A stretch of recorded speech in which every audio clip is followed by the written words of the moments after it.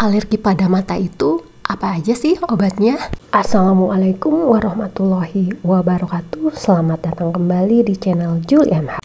Kali ini aku akan membahas apa saja sih obatnya kalau kita kena alergi mata.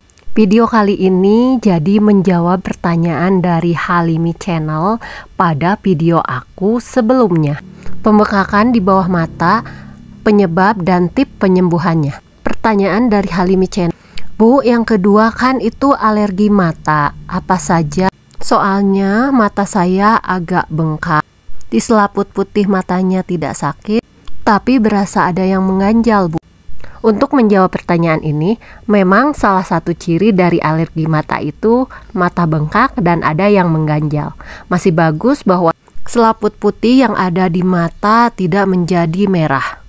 Sebelum aku bahas obatnya itu apa, aku akan bahas dulu sebenarnya penyebab alergi mata itu apa. Alergi mata terjadi ketika ada zat asing yang masuk ke dalam mata kita, kemudian dari mata kita meresponnya itu sebagai bahaya. Ketika sistem imun dalam mata kita menganggap sebagai bahaya, maka dia mengirimkannya ke histamin dan senyawa lainnya untuk melawannya. Zat yang memicu alergi ini dinamakan dengan alergen. Sebenarnya di sekitar kita itu banyak sekali zat yang menyebabkan alergi. Tapi yang umumnya itu debu, bulu hewan, dan serbuk sari. Untuk Halimi Channel, sebaiknya dipelajari dulu penyebabnya itu apa. Kalau penyebabnya serbuk sari, aku rekomendasiin ini.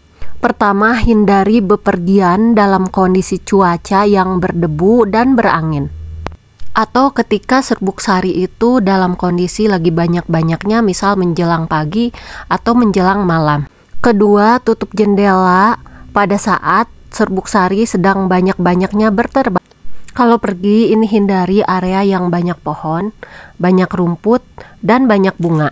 Gunakan kacamata yang benar-benar menutup mata. Kalau misalnya kita habis bepergian dan lagi alergi, maka harus segera ganti baju dan mandi. Nah, kemudian bisa aja alergi itu berasal dari rumah kita, misalkan dari debu dan bulu hewan.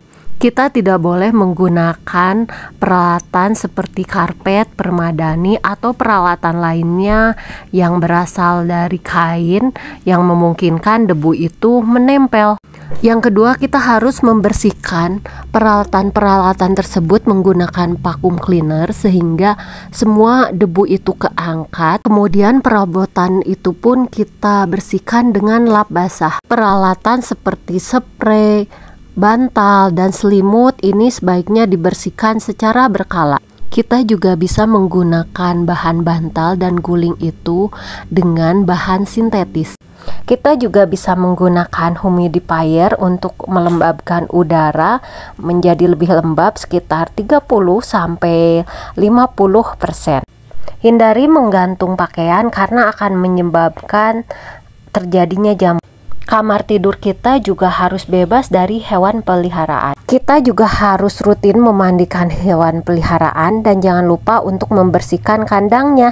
Nah, itu dia beberapa cara yang dapat kita lakukan secara alami untuk mengatasi kondisi alergi. Apabila beberapa hal tersebut sudah kita kondisikan, tetapi tetap aja kita alergi, maka langkah selanjutnya harus menggunakan obat.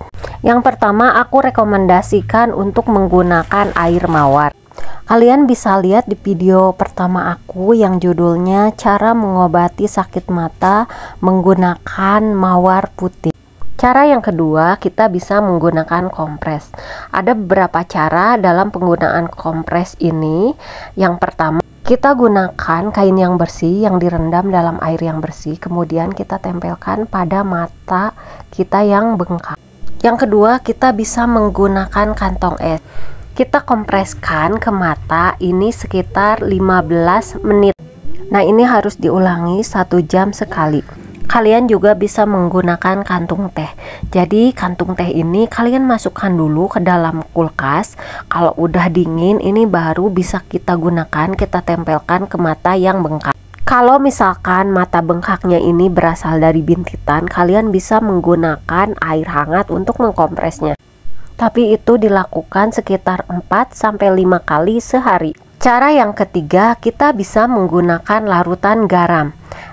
Jangan salah, garamnya ini bukan garam biasa, ini harus larutan garam salin. Tulisannya SALINE, salin. Ini belinya di apotek.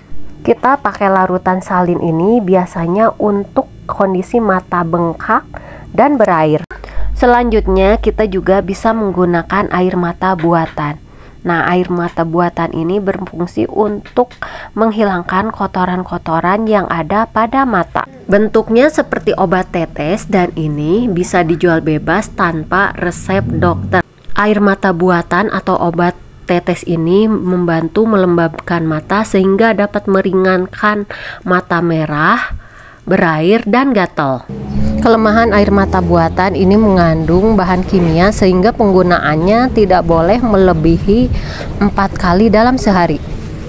Selain penanganan yang sudah aku sebutkan tadi, kalau kondisi alerginya nggak sembuh dan makin parah, kamu hubungi dokter aja. Beberapa penanganan dokter biasanya meresepkan beberapa obat, dan inilah yang aku tahu. Yang pertama itu ada antihistamin.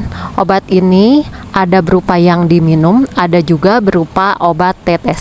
Antihistamin yang diminum ini biasanya untuk meredakan gatalnya. Sementara itu untuk obat tetes ini bisa untuk meredakan mata merah, bengkak, beserta gatalnya. Selain itu, dokter juga biasanya meresepkan dekongestan. Ini biasanya untuk meredakan mata merah dan gatal. Kemudian ada juga obat muscle stabilizer. Ini bentuknya tetes. Biasanya dokter meresepkan ini untuk mengatasi gatal, bengkak, dan berair. Kemudian obat lain yang biasanya juga diresepkan oleh dokter itu ada kortikosteroid. Nah, obat ini dalam penggunaannya harus benar-benar hati-hati, harus benar-benar resep dari dokter karena ada efek sampingnya. Yang terakhir yang aku tahu itu ada suntik alergi.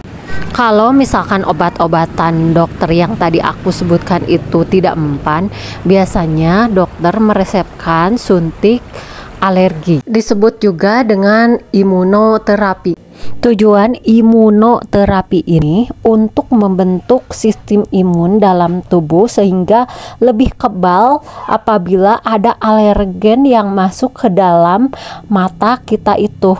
Suntik alergi ini biasanya dilakukan di lapisan luar lengan Anda, diberikan selama 1 sampai 2 kali seminggu. Ini berlangsung selama 3 sampai 5 tahun. Akan tergantung pada sistem imunnya ini akan terbentuk kapan.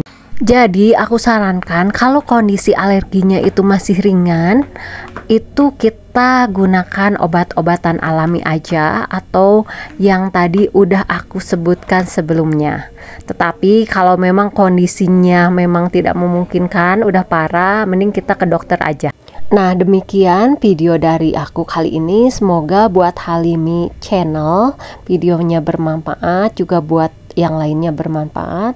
Wassalamualaikum warahmatullahi wabarakatuh.